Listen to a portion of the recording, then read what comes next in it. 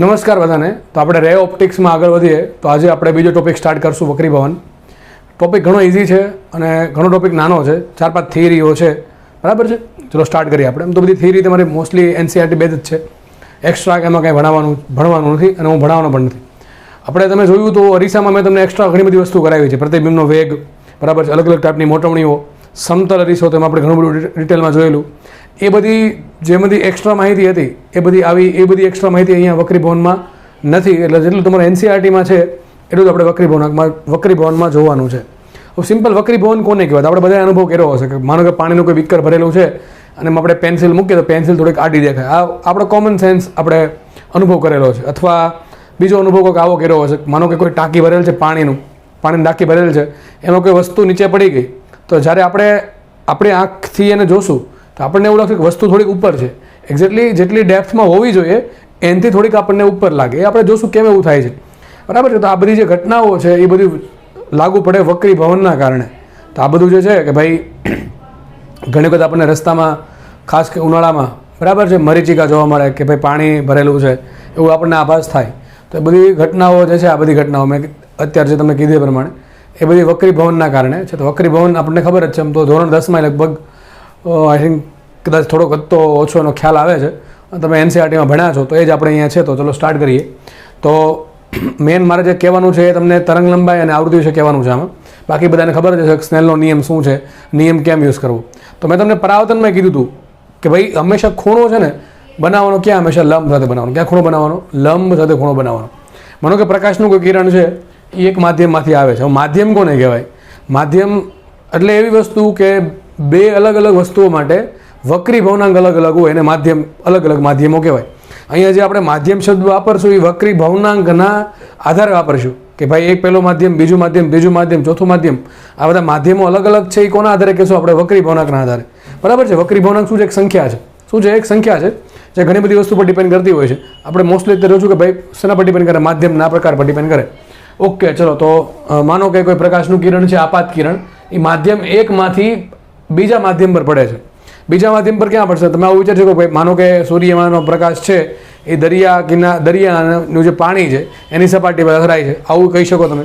અથવા નદી પર અથડાય છે, અથવા સૂર્યનો જે પ્રકાશનું કિરણ આવે છે હવામાંથી એ કાચના સ્લેબ પર અથડાણો, તો એક માધ્યમમાંથી બીજા માધ્યમમાં જાય છે. તો જોવા એવું મળ્યું કે જે બે માધ્યમોને છૂટી પાડતી સપાટી છે, જ્યાં એ બેનું ટચ થાય, ટૂંકમાં જ્યાં આપાત થાય એ પોઈન્ટ પાસે એક લંબ ડ્રો કરીએ તો એ લંબ સાથે પહેલા માધ્યમમાં જેટલો ખૂણો બનાવ્યો હતો એના કરતાં અલગ ખૂણો બીજા માધ્યમમાં બનાવે. જેમ કે તમને દેખાય છે કે માનો કે આપાત કિરણ છે એ આ પ્રમાણે આવે છે, આ થઈ ગયો લંબ, તો આપાત કોણ છે? આઈ. હવે એ માધ્યમ, એક માધ્યમમાંથી બીજા માધ્યમમાં કિરણ જ્યારે જશે ત્યારે વક્રીભવનની ઘટનાના કારણે શું થશે? એ કાં તો લંબ નજીક આવશે આના કરતાં, અથવા તો લંબથી દૂર જાય. એ ડિપેન્ડ કરે કે વક્રીભવનાંક કેટલો છે. ટૂંકમાં એ ડિપેન્ડ કરશે બે માધ્યમોના સાપેક્ષ વક્રીભવનાંક પર. આપણે ચર્ચા કરીએ છીએ એની. તો અહીંયા થયું એવું છે કે જે આપાત કોણ, આને આપાત કોણ કહેશું, આને વક્રીભવન કોણ કહેશો? યાદ રાખજો, પરાવર્તન કોણ હોય, આપાત કોણ હોય, વક્રીભવન કોણ હોય, આ બધા ખૂણા હંમેશા બનાવવાના લંબ સાથે. ક્યાં બનાવવાના? સપાટીને દોરેલા લંબ સાથે. તો ધારો કે આઈ છે એ આપણો ઇન્સિડન્ટ એંગલ છે, બરાબર છે, અને આ આર છે રિફ્રેક્શન એંગલ છે, બરાબર છે. પેલું રિફ્લેક્શન હતું, આ રિફ્રેક્શન છે. ઓકે, તો આર છે ટૂંકમાં આપણો વક્રીભવન કોણ. તો તમે જોઈ શકો છો આઈ અને આરમાં ડિફરન્સ હશે. આઈ અને આર સરખા નહીં હોય. જો બે માધ્યમો પ્રકાશની દ્રષ્ટિએ, એટલે કે પ્રકાશીય માધ્યમો હોય, આપણે માધ્યમ એટલે જોશું વક્રીભવનાંકના આધારે, જેને આપણે કહીશું પ્રકાશીય માધ્યમો. તો બે અલગ અલગ પ્રકાશીય માધ્યમો માટે હંમેશા આઈ અને આર અલગ અલગ હોય છે. હવે કેટલો હોય તો એક્સપેરિમેન્ટલી સ્નેલ નામના વૈજ્ઞાનિકે આપણને આપેલું છે સૂત્ર, જે તમને બધાને આમ તો લોહીમાં વહેતું હશે. બહુ ઇઝી સૂત્ર કે ભાઈ, સૂત્ર તમે કદાચ આવું ભણ્યા છો, n1 sin θ1 બરાબર n2 sin θ2. θ1 θ2 શું છે? તો θ1 છે જે માધ્યમમાં વક્રીભવનાંક છે ને એમાં લંબ હારે બનેલો ખૂણો. તો જુઓ, પહેલો માધ્યમ છે, ધારો કે એ માધ્યમમાં વક્રીભવનાંક n1 છે, એ માધ્યમમાં પ્રકાશનો વેગ છે v1, એ માધ્યમમાં માનો કે તરંગ લંબાઈ છે, પ્રકાશ બરાબર આવે છે, એટલે કંઈક તો તરંગ લંબાઈ હશે, એક પ્રકારનું ઇલેક્ટ્રોમેગ્નેટિક વેવ છે, તો એક તરંગ લંબાઈ હશે. એ ધારો કે તરંગ લંબાઈ λ1 છે પહેલા માધ્યમમાં. અહીંયા આવૃત્તિ ખાલી f લખી છે, સમજાવું છું. ધારો કે એક માધ્યમમાંથી બીજા માધ્યમમાં ગયો તો માધ્યમ બીજું શું કમાયું? વક્રીભવનાંક બદલો એટલે માધ્યમ કીધું આપણે, બાકી એક જ માધ્યમ કહેતા આપણે. તો અહીંયા વક્રીભવનાંક n1 હતો, અહીંયા વક્રીભવનાંક થઈ ગયો n2, અહીંયા વેગ હતો v1, અહીંયા વેગ થઈ ગયો v2, અહીંયા તરંગ લંબાઈ હતી λ1, અહીંયા તરંગ લંબાઈ થઈ ગઈ λ2. પણ એક બહુ મહત્વની વાત જે ખાસ મારે તમને કહેવાની છે એ છે કે અહીંયા પહેલા માધ્યમમાં આવૃત્તિ f છે, બીજા માધ્યમમાં આવૃત્તિ f છે. કેમ મેં F1 F2 નહીં લખ્યા હોય? તો કોમન સેન્સ તમને એટલી તો આવી ગઈ હશે કે ભાઈ અહીંયા જ્યારે પ્રકાશનું કિરણ એક માધ્યમમાંથી બીજા માધ્યમમાં જાય ત્યારે આવૃત્તિ બદલાય નહીં. મગજમાં રાખજો, બહુ જ એમપી વાત છે. પ્રકાશનું કિરણ જ્યારે એક માધ્યમમાંથી બીજા માધ્યમમાં જાય તો માધ્યમ બદલે ત્યારે આવૃત્તિ ના બદલે. તો બદલે શું? વેગ બદલશે, તરંગલંબાઈ બદલશે, વક્રીભવનાંક બદલશે, પણ આવૃત્તિ કેવી રહી? અચલ રહી. કેવી રહી? અચલ રહી. લખી જ નાખ્યું છે કે એક માધ્યમમાંથી બીજા માધ્યમમાં પ્રકાશનું કિરણ જશે ત્યારે શું બદલાશે? તો વેગ બદલાશે, તરંગલંબાઈ બદલાશે, વક્રીભવનાંક બદલાશે, પણ શું અચલ રહેશે? આવૃત્તિ અચલ રહે. આપણને ખબર છે આવૃત્તિ અચલ હોય તો એને 2π વડે ગુણો શું મળે? કોણીય આવૃત્તિ. અને ઊંધું કરો શું મળે? આવર્તકાળ મળે. ટૂંકમાં જે આપાત કિરણ છે, બરાબર, કે જે વક્રીભૂત કિરણ છે, આને કહેવાય આપાત કિરણ, આને કહેવાય વક્રીભૂત કિરણ. એ બંને કિરણમાં બેમાં સરખું શું હશે? આવૃત્તિ સરખી હશે. એ બંને કિરણમાં કોણીય આવૃત્તિ સરખી હશે અને આવર્તકાળ પણ સરખો હશે. જે તરંગ છે એ તરંગનો આવર્તકાળ કે પછી એનો કોણીય આવૃત્તિ કે આવૃત્તિ સરખી રહેશે. ટૂંકમાં આવૃત્તિ છે એ માધ્યમના વક્રીભવનાંક પર ડિપેન્ડ કરે નહીં. બહુ અગત્યની વાત છે. તો આવૃત્તિ ડિપેન્ડ કોના પર કરે? આવૃત્તિ ડિપેન્ડ કરે એના સોર્સમાંથી. સોર્સ પર. કોના પર ડિપેન્ડ કરે? સોર્સ પર. માનો કે એક બલ્બ છે, એ બલ્બમાંથી પ્રકાશ ઉત્પન્ન થઈ ગયો. હવે એક વખત પ્રકાશ ઉત્પન્ન થઈ ગયો એટલે આવૃત્તિ થઈ ગઈ ફિક્સ. હવે માનો કે તમે બીજો બલ્બ લાવો તો આવૃત્તિ બદલશે, પણ એકનું એક બલ્બ છે એમાંથી પ્રકાશ ધારો કે હવામાંથી પાણીમાં ગયો, પાણીમાંથી કાચમાં ગયો, ગમે એમાં જાય, આવૃત્તિ ડિપેન્ડ કોના પર કરે? બલ્બ પર. કોના પર કરે? ટૂંકમાં ઉદ્ગમ પર, સોર્સ પર કરે. એક વખત પ્રકાશનો ઉદ્ભવ થઈ ગયો, એક સોર્સમાંથી પ્રકાશ ઉત્પન્ન થઈ ગયો તો આવૃત્તિ બદલાય નહીં. અલગ અલગ માધ્યમમાં જશે તો આવૃત્તિ કેવી રહેશે? અચળ રહેશે. પણ તરંગલંબાઈ કેવી રહેશે? બદલાશે. તરંગલંબાઈ કેમ બદલે? આપણને ખબર છે, સૂત્ર તમને ખબર જ છે કે V બરાબર શું હોય? F into lambda. V બરાબર F ઇન્ટુ લેમડા. હવે તમને એટલી તો ખબર છે કે ભાઈ એક માધ્યમમાંથી બીજા માધ્યમમાં જાય તો વેગ બદલે. હવે વેગ બે વસ્તુનું બનેલું, આવૃત્તિ ગુણ્યા તરંગલંબાઈનું. એમાં આવૃત્તિ એ હાથ કરીને કે ઊંચા, ભાઈ આપણે બદલવાનું થતું નથી તો વધુ શું? લેમડા. સીધી વાત છે કે જેટલો વેગ વધે એટલું લેમડા વધે. F તો અચળ રહેવાનું છે. તો સીધી વાત છે કે લેમડા બદલતું હોય તો જ વેગ બદલતો હોય. એટલે એક માધ્યમમાંથી બીજા માધ્યમમાં જાય ત્યારે તરંગલંબાઈ બદલશે, આવૃત્તિ બદલશે નહીં. હવે આપણે વાત કરીએ સ્નેલના નિયમની. તો દેખાય છે આ માધ્યમનો વક્રીભવનાંક છે N1 અને લંબ મારે ખૂણો છે I. એની લેવાની સાઇન. તો શું આવશે? N1 sin I બરાબર શું આવશે? બીજા માધ્યમમાં વક્રીભવનાંક શું છે? N2 અને બીજા માધ્યમમાં જે લંબ મારે ખૂણો બન્યો છે એ છે R. એની લેવાની સાઇન તો આવશે N2 sin R. તો સ્નેલે એવું કીધું હતું કે ભાઈ કોઈ માધ્યમનો વક્રીભવનાંક ગુણ્યા એ માધ્યમમાં જે લંબ સાથે ખૂણો છે એની સાઇન નો ગુણાકાર કેવો રહે? અચળ રહે. દેટ મીન્સ કે n sin θ is equal to અચળ. શું સૂત્ર આવ્યું? n sin θ બરાબર અચળ.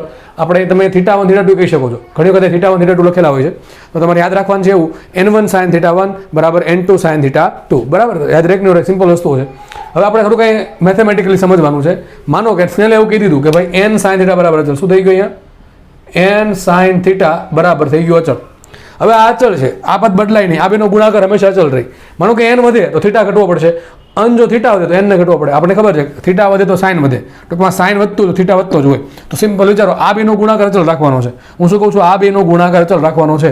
તો એક વસ્તુ વધે તો બીજી વસ્તુને ઘટવું પડે તો જ ગુણાકાર અચળ રહે. તો માનો કે કોઈ માધ્યમ માટે વક્રીભવનાંક મોટો છે, બહુ મહત્વની વાત છે. કોઈ માધ્યમ માટે વક્રીભવનાંક મોટો છે તેનો ખૂણો કેવો હશે? નાનો હશે. ખૂણો ક્યાંથી બનાવવાનો? લંબ મારે. અને માનો કે કોઈ માધ્યમ માટે વક્રીભવનાંક નાનો છે તો એનો ખૂણો મોટો હશે. એક એક્ઝામ્પલ આપ્યું છે અહીંયા.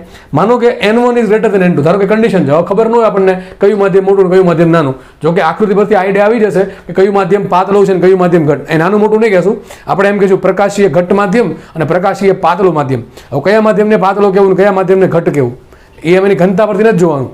એ જોવાનું છે એના વક્રીભવનાંક પરથી. જેનો બે માધ્યમો છે એમાં જેનો વક્રીભવનાંક વધારે એને કહેશું પ્રકાશીય ઘટ્ટ માધ્યમ અને જેનો વક્રીભવનાંક નાનો એને કહેશું પ્રકાશીય પાતળું માધ્યમ. તો માનો કે પહેલાનો વક્રીભવનાંક મોટો છે, બીજાનો વક્રીભવનાંક નાનો છે, તો સાબિત શું થયું અહીંયા કે ભાઈ n મોટો હોય, જેનો n મોટો એનો ખૂણો કેવો? નાનો. તો અહીંયા I નાનો હશે. પહેલા માધ્યમનો ખૂણો I છે અને બીજા માધ્યમનો ખૂણો R છે. બરાબર. આપાત કોણ ને વક્રીભવન કોણ. તો પહેલા માધ્યમનો વક્રીભવનાંક મોટો એટલે એનો ખૂણો નાનો અને બીજા માધ્યમનો વક્રીભવનાંક નાનો એટલે એનો ખૂણો મોટો. તો તમારે આકૃતિ એવી પ્રમાણે દોરવી પડે કે પહેલા માધ્યમ માનો કે આ મોટું છે ને આ નાનું છે, આ વક્રીભવનાંક આનો વધારે આનો ઓછો, તો આનો ખૂણો દોરવો પડે નાનો, આનો ખૂણો દોરવો પડે મોટો.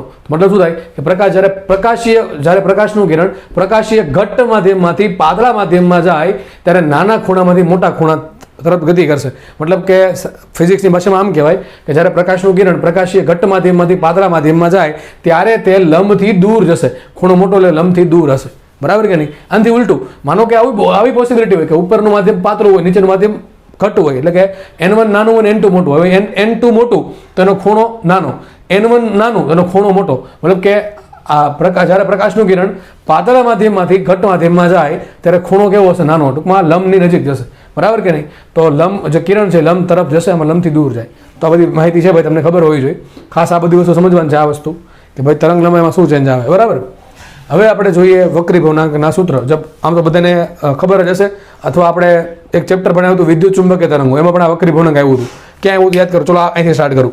આપણે આવું ભણ્યા હતા કે શૂન્ય અવકાશમાં પ્રકાશનો વેગનું સૂત્ર શું આવે? C બરાબર 1/√ε0 ઇન્ટુ μ0, μ0 ઇન્ટુ ε0. અને આવું ભણાવ્યું હતું કે ભાઈ માનો કે ભાઈ દર વખતે માધ્યમ શૂન્ય અવકાશનું હવાનું ન હોય, બરાબર છે. કોઈ વખતે માનો કે પાણીનું માધ્યમ છે, કે કાચનું માધ્યમ છે, કે બીજું કોઈ પણ માધ્યમ છે, ડાયમંડનું માધ્યમ છે, તો કોઈ પણ માધ્યમ છે, તો એ માધ્યમમાં વેગ શું આવશે? સૂત્ર આવશે V બરાબર 1/√μ ઇન્ટુ એપ્સિલોન. જ્યાં મ્યુ શું છે? એ માધ્યમની પરમિએબિલિટી, બરાબર છે, અને એપ્સિલોન શું છે? એ માધ્યમની પરમિટિવિટી, બરાબર છે. આ શું છે? શૂન્ય અવકાશની પરમિએબિલિટી. આ છે શૂન્ય અવકાશની પરમિટિવિટી, કારણ કે અહીંયા શૂન્ય અવકાશનું માધ્યમ છે. શૂન્ય અવકાશમાં પ્રકાશનો વેગ કેટલો હોય? C જેટલો હોય. બીજા કોઈ માધ્યમમાં પ્રકાશનો વેગ કેટલો છે? ધારો કે V છે, તો સૂત્ર શું છે? 1/√μ ઇન્ટુ એપ્સિલોન. ટૂંકમાં જે માધ્યમમાં તમારે વેગ શોધવો છે, એ માધ્યમનો તમારે શું કરવાનું? મ્યુ ઇન્ટુ એપ્સિલોન કરવાનું. એ માધ્યમની પરમિટિવિટી અને એ માધ્યમની પરમિએબિલિટી બેનો ગુણાકાર કરવાનો, એનું વર્ગમૂળ કાઢવાનું, એનું રેસિપ્રોકલ એટલે કે વ્યસ્ત લેવાનું, તમને શું આપશે? વેગ આપશે, બરાબર. આપણે સમજેલા છીએ વિદ્યુત ચુંબકીય ઇલેક્ટ્રોમેગ્નેટિક વેવ EMW માં, બરાબર. વક્રી ભવનાંકની બેઝિક વ્યાખ્યા. જો કે વક્રી ભવનાંક હંમેશા સાપેક્ષ જ હોય. વક્રી ભવનાંક હંમેશા સાપેક્ષ જ હોય. અને સાપેક્ષમાં કોઈ ન હોય તો કેમ હોય? જેમ કે આપણને ખબર છે ગતિ હંમેશા સાપેક્ષ હોય. તમે કોઈ જગ્યાએ ઊભા છો તો કોઈ સાપેક્ષે ઊભા છો. કદાચ બની શકે કે તમે કોઈ વસ્તુની સાપેક્ષે ગતિ કરતા હો, પણ એ જ સમયે કોઈ વસ્તુની સાપેક્ષ તમે સ્થિર પણ હો. તમે બસમાં ગતિ કરતા હો તો બાજુમાં જે વ્યક્તિ બેઠો છે એની સાપેક્ષ તમે સ્થિર છો, પણ રસ્તા પર કોઈ વ્યક્તિ ઊભી છે એની સાપેક્ષ તમે ગતિમાં છો. તો જેમ ગતિ સાપેક્ષ ખ્યાલ છે, ગતિનો જે ખ્યાલ છે કેવો છે? સાપેક્ષ છે. એ પ્રમાણે વક્રી ભવનાંકનો ખ્યાલ પણ સાપેક્ષ છે. હવે કોઈ સાપેક્ષ ન હોય ગતિમાં તો આપણે કોને લઈએ? જમીનને લઈએ, પૃથ્વીને લઈએ. એ જ પ્રમાણે આમાં કોઈ સાપેક્ષ નહીં હોય તો કોને લેશું? આપણે હવાને લેશું અથવા શૂન્યાવકાશને લેશું. તો જે શૂન્ય અવકાશની સાપેક્ષે અથવા હવાની સાપેક્ષે કોઈ પણ માધ્યમનો જે વક્રી ભવનાંક હોય એને કહેવાય નિરપેક્ષ વક્રી ભવનાંક. અને હવા કહી શકો, શૂન્ય અવકાશ કહી શકો. તો સૂત્ર શું આવશે? એક વસ્તુ તમને ખબર, એટલી વસ્તુ ખબર હોવી જોઈએ કે ઘટ માધ્યમમાં વેગ ઓછો હોય, પાતળા માધ્યમમાં વેગ વધારે હોય. પાતળું માધ્યમ પ્રકાશીય ઘટ માધ્યમ હોય, એમાં પ્રકાશીય ઘટ માધ્યમમાં પ્રકાશનો જે વેગ છે તરંગનો એ કેવો હોય? ઓછો હોય. અને પ્રકાશીય પાતળું માધ્યમ છે એમાં વેગ કેવો? વધારે હોય. તો મતલબ કે શું છે? લેવા દેવા એમ છે કે વક્રી ભવનાંકને અને વેગને વ્યસ્તના લેવા દેવા. લખ્યું છે n = 1/v. આ પેલા ભણીને છેલ્લા આ બહુ મહત્વની વાત છે, એ છેલ્લા ડિસ્કસ કરીએ. તો n = શું છે? 1/v. ટૂંકમાં જેટલો વેગ વધારે એટલો વક્રી ભવનાંક ઓછો હશે. આમ કહી શકાય કે ભાઈ જેટલો વક્રી ભવનાંક ઓછો એટલો વેગ વધારે હશે, જેટલો વક્રી ભવનાંક માધ્યમનો વધારે હશે એટલો એનો વેગ ઓછો હશે, અથવા એનાથી ઉલટું, આ ઓછું તો આ વધારે, બરાબર કે નહીં? ઓકે. તો સૂત્ર સિમ્પલ છે, n = C/v. જો કે સૂત્ર હકીકત આવું છે, n/1 = C/v. હકીકત સૂત્ર આવું છે. જો n/1 = C/v. એટલે આ શું થઈ ગયું? આ થઈ ગયો આપેલ માધ્યમનો વક્રી ભવનાંક, અને છેદમાં 1 શું છે? હવાનો વક્રી ભવનાંક છે. સૂત્ર શું કીધું મેં? 1/v. ટૂંકમાં n અને v ને લેવા દેવા છે. જો આ 1 અને c ને લેવા દેવા છે. આ 1 શું બતાવે? હવાનો વક્રી ભવનાંક. અને c શું બતાવે? હવામાં પ્રકાશનો વેગ. n શું બતાવે? આપેલ માધ્યમનો વક્રી ભવનાંક. અને v શું બતાવે? એ માધ્યમમાં પ્રકાશનો વેગ. ટૂંકમાં n = v આવે, બરાબર કે નહીં? n = શું આવે? v. એક વસ્તુ તો તમને ખબર હશે કે હવા માટે કેટલો હશે વક્રી ભવનાંક? નોર્મલી 1 થી થોડોક વધારે હોય. એક્ઝેક્ટલી શૂન્ય અવકાશ માટે 1 હોય, પણ આપણે હવા માટે લગભગ 1 ને જ કન્સિડર કરીએ છીએ, બરાબર. પછી લઈએ પાણી માટે, તો બરાબર અંદાજે તમને ખબર છે 1.33, બરાબર ને? કાચ માટે પણ આપણને મળે, પણ કાચ માટે છે ને અલગ અલગ પ્રકારના કાચ માટે અલગ અલગ વક્રી ભવનાંક હોય. નોર્મલી તમે કાચ માટે જોયો છે 1.51, પણ એ ફિક્સનો 1.51. એ કાચના ટાઈપ પર ડિપેન્ડ કરે, કયા ટાઈપનો કાચ છે એ પ્રમાણે વક્રી ભવનાંક અલગ અલગ હોય. તો આપણે નોર્મલ પ્રેક્ટિકલમાં વેલ્યુ આટલી કન્સિડર કરીએ છીએ કે હવા માટે વક્રી ભવનાંક 1 લેશું અને પાણી માટે 1.33 એટલે 4/3. શું લેશું? આને 4/3. ઓકે, ચલો હવે વાત કરીએ સાપેક્ષ વક્રી ભવનાંકની. માનો કે એક માધ્યમ હવા નથી, બીજું કોઈ માધ્યમ છે. માનો કે એક માધ્યમ પાણી છે અને બીજું માધ્યમ કાચ છે. તો બે માટે વક્રી ભવનાંકનું સૂત્ર શું આવશે? તો સિમ્પલ વસ્તુ છે, n/1. મતલબ શું થાય? મેં તમને આવું કીધું હતું, પહેલું હોય એનું હોય તો બીજાનો વક્રી ભવનાંક પહેલા સાપેક્ષે, તો બીજા માધ્યમનો પહેલા માધ્યમ સાપેક્ષે વક્રી ભવનાંક સૂત્ર શું આવશે?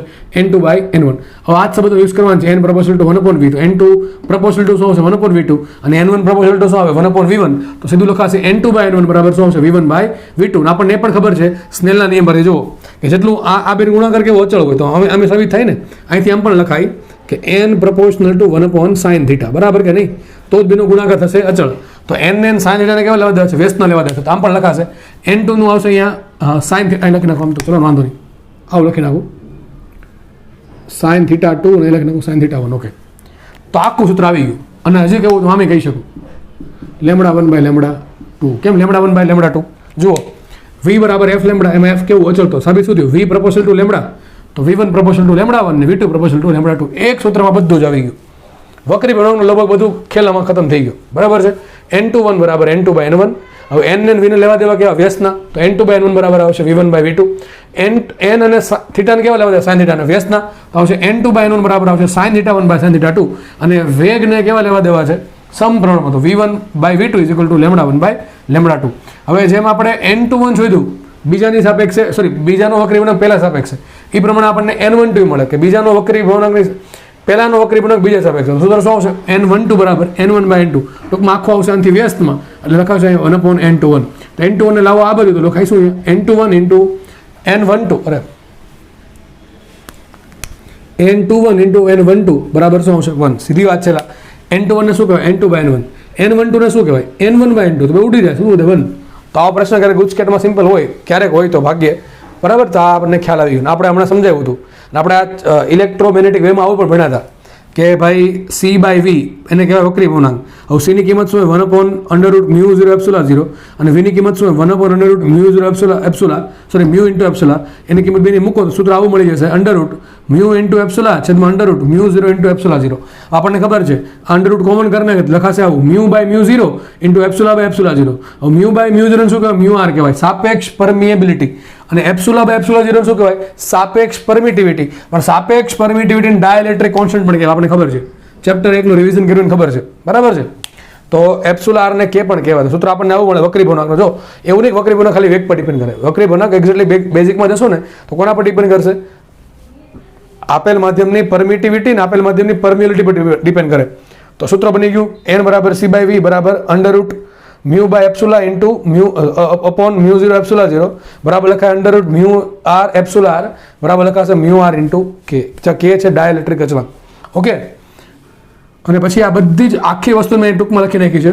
આ વેગની વાત કરી હતી કે v બરાબર f લેમડા હોય તો v1 બરાબર શું આવશે? f lambda 1. v2 બરાબર શું આવશે? f lambda 2. ઓકે.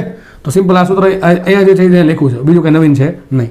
તો છેલ્લે કેવું તો બધું લખાશે આવું કે n છે એ કેવું હોય? વક્રી ભવનાંક છે વેગના વ્યસ્ત પ્રમાણમાં, તરંગ લંબાઈના વ્યસ્ત પ્રમાણમાં, અને જે માધ્યમ છે એ માધ્યમનો જે લંબ મારે ખૂણો બન્યો છે એની સાઇનના પણ વ્યસ્ત પ્રમાણમાં હોય. બરાબર. તો આ વસ્તુ મગજમાં રાખજો, બહુ કામની સૂત્ર છે.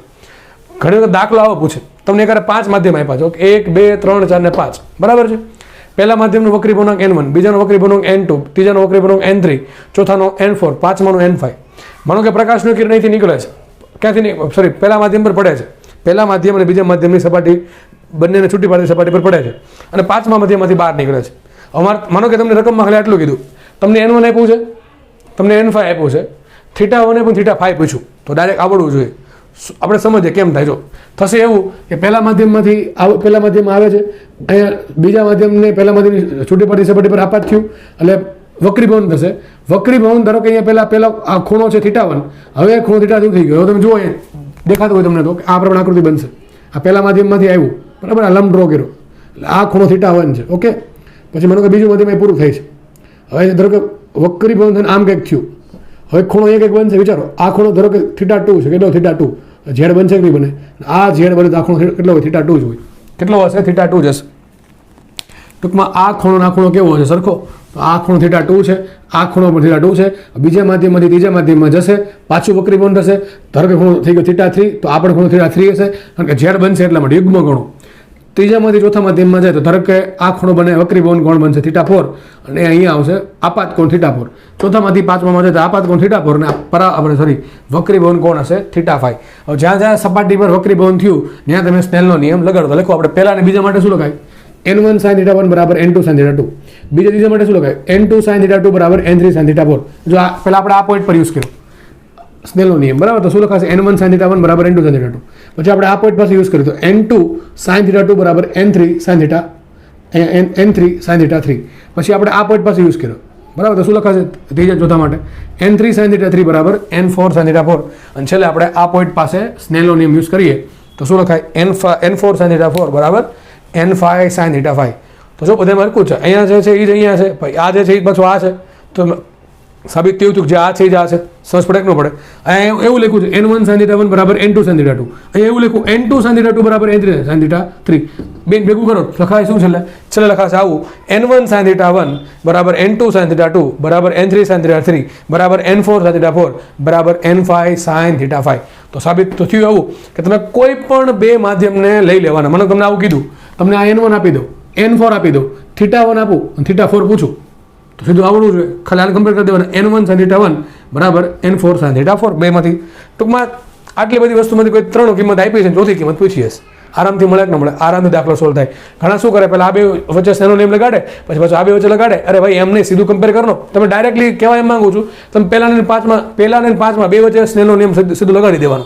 બીજાને ચોથા વચ્ચે લગાડી શકો, ચોથાને પહેલા વચ્ચે લગાડી શકો, ત્રીજાને પાંચમાં વચ્ચે લગાડી શકો, ત્રીજાને પહેલા વચ્ચે લગાડી શકો. કારણ કે આપણે સાબિત કર્યું કે દરેક વખતે હંમેશા મગજમાં રાખો n sin θ બરાબર અચળ. હંમેશા વક્રીભવન થતું હશે ને સૂત્ર શું આવશે? n sin θ બરાબર અચળ.